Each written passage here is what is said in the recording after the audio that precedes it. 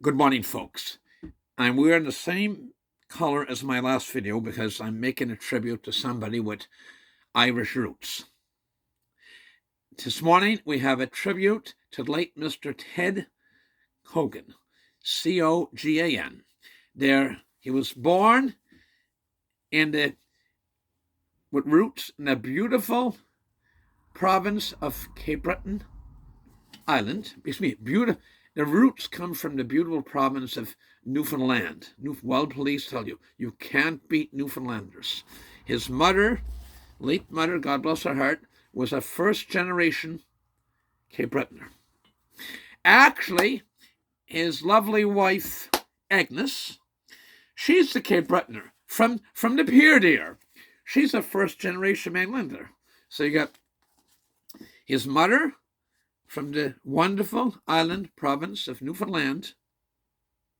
That time would have been, goodness, a separate country then. Newfoundland wasn't a province then, was a separate country, Newfoundland.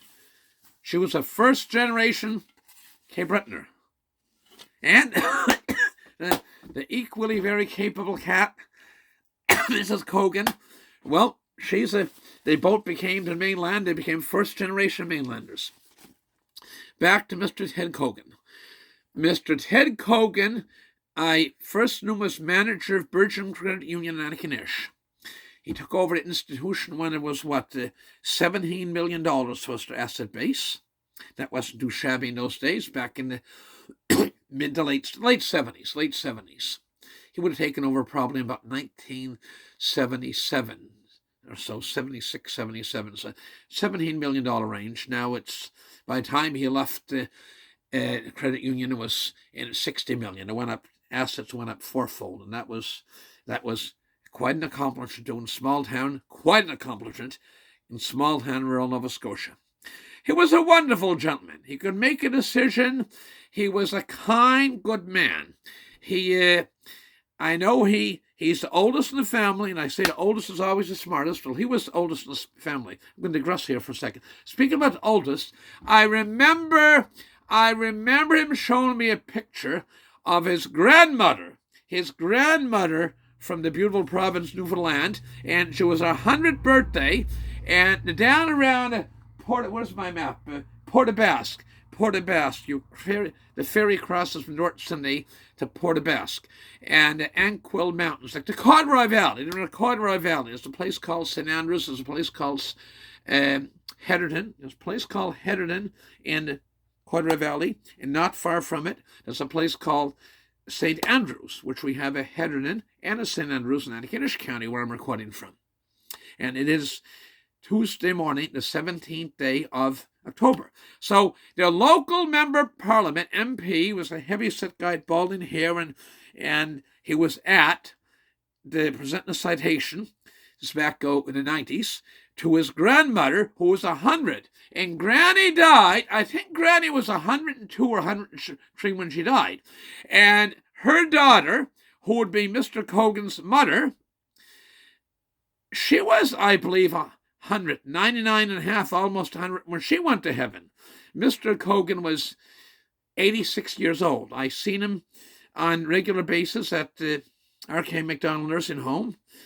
His wife actually, last time I seen him, since one more time after. One time I was there, two of them were there, because she was a frequent visitor. They live in Antigonish. And you'd go a long ways to find a better man than Mr. COGAN. He was just Ted COGAN. Ted COGAN is now, he's dead and he's in heaven. But one time, not making light of this, but one time Mrs. COGAN, Agnes, was getting some calls. She answered the phone. Good morning. Call her, how you doing, Agnes? Fine. How are things? Good. How's Ted doing? Fine. Hang up the phone. Another call. She got about 4 or 5 calls that particular day of people, at least that morning, asking her how she was doing in soft voice and how were things and everything. And finally, the 4th or 5th caller said, well, why are you phoning me asking about Ted too? Well, Ted has died. Oh no, she said. That's his uncle Ted. He's named after it. Lives in Halifax, and that's a true story. That Mr. COGAN is named after his uncle Ted. And so this is a story going back a long time. Mr. COGAN was alive and well at work and had about 25 plus years runway in front of him yet. He was 86 when he passed on, would have been 87 next birthday. What a wonderful gentleman. After he retired from the credit union, he went to work at the food bank. And he was a very good guy. They gave him an award one time, and he said, I wasn't always a believer in food banks. What do you mean you're not always a believer in food banks? I wasn't always a believer in food banks. But he was a very good guy. There's people gave money to the food bank that they knew Ted was there. It was well used and well put to good use in helping people. And he was there for years. He was just a fine man. He was a good Catholic. He used to share drive with the Honorable Bill Gillis, the saintly Honorable Bill Gillis, and the saintly Mr. Ted COGAN as well. They'd share a car drive down to Harbush if somebody died to go to the wake or funeral, okay? And Bill Gillis would like to save in gas. And Mr. COGAN, it's cheaper for two fellas go one way in the same direction rather than separate cars. Very smart guy. He was a very decent guy at the credit union, extremely decent guy. He used to put a little card out when somebody's birthday, he'd put a card on a desk for them and say whatever girls, usually ladies, what their name was. Dear so-and-so, and happy birthday, Ted. And not Mr. COGAN, not general manager, Ted. And he was a pleasure to know. I could go on with so many anecdotes. He's a pleasure to know. And he was a good, kind guy. He believed in people. He came from an era where the bank manager, in this case the credit union manager, could make a decision. I think credit unions generally are better than banks still because they make decisions locally. And he believed in people. There's so many people that came into business because of his belief in them. I'd be one of them, okay?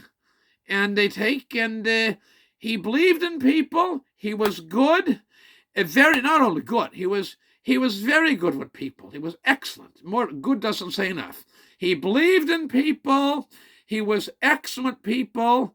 He was a kind and good man. He didn't wear rose-colored glasses, a realist. I'll tell you one more thing. This is something I'm going to say in the video. He used to walk home at noon hour to have his lunch and walk across the college campus, up Sydney, whatever. He lived on Greening Drive.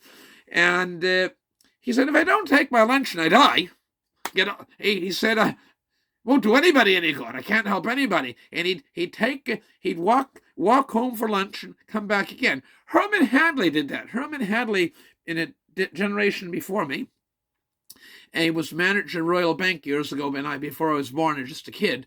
And he never didn't. This case of Mr. Herman Hadley, he didn't drive till he was late in life, didn't have a car, and him and his wife and the family had bought a house close to where the bank was. He could walk to work. Worked out fine, but Mr. COGAN would walk home, and he again repeated himself, well, I can't help anybody if I didn't take his lunch break and eat. So that goes to show the value of exercise in eating your meals. He was fairly tall, thin guy. Mrs. COGAN, Agnes as I call her, is a very good cook, and she is a capable cat in her own right. She's a able dealer in her own right. And they take and one more little anecdote. He liked rabbits, so I knew he liked rabbits somehow. So I sent a pair of rabbits one morning. To his house, and the young guy brought the rabbits to the house, and in the bag, and they take in, and Mrs. COGAN come to the door and says, oh! There were rabbits, white rabbits in the fall with the fur in them, and probably around November, December, and obviously Agnes didn't skin rabbits, so the young guy just got married. He brought them back home. He worked with me 3 nights a week weekends in the evening, Monday, Tuesday, and Thursday. And so he brought them home. He skinned them. So come back to him and his young wife's home. They skinned them, and he brought them to his mother. And his mother made a rabbit pie. Teresa made a rabbit pie, and once it's cold, put foil wrap on it. Next morning, Gerard's going to work. He brought it up to house, and he phoned me up that evening. Thank you very much for the lovely rabbit pie, meat pie, Christmas pie. Sorry about the reception when they were in the fair, but Mrs. COGAN, you bring in a rabbit, bring the pie. Do not bring the rabbits. But she's a wonderful lady. Remember, oh, I know another thing. I said, who do you see? That's one more. His 3 lovely daughters, all of them.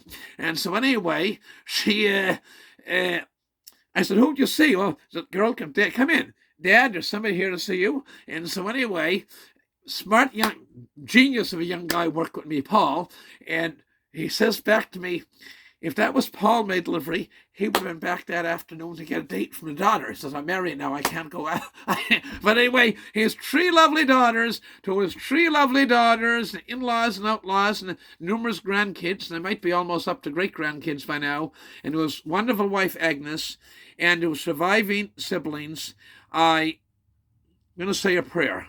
Our Father, who art in heaven, hallowed be thy name. Thy kingdom come, thy will be done on earth as it is in heaven. And give us this day our daily bread, and forgive us our trespasses, as forgive those who trespass against us, and lead us not into temptation, but deliver us from evil. Amen. And we know that Mr. COGAN is in heaven. It's I'm certain, as the Newfoundland expression goes, this native son of Newfoundland originally, North Sydney, Cape Breton, first-generation mainlander, God was well pleased to welcome into heaven it would have been on the 12th, so that would have been, had to be,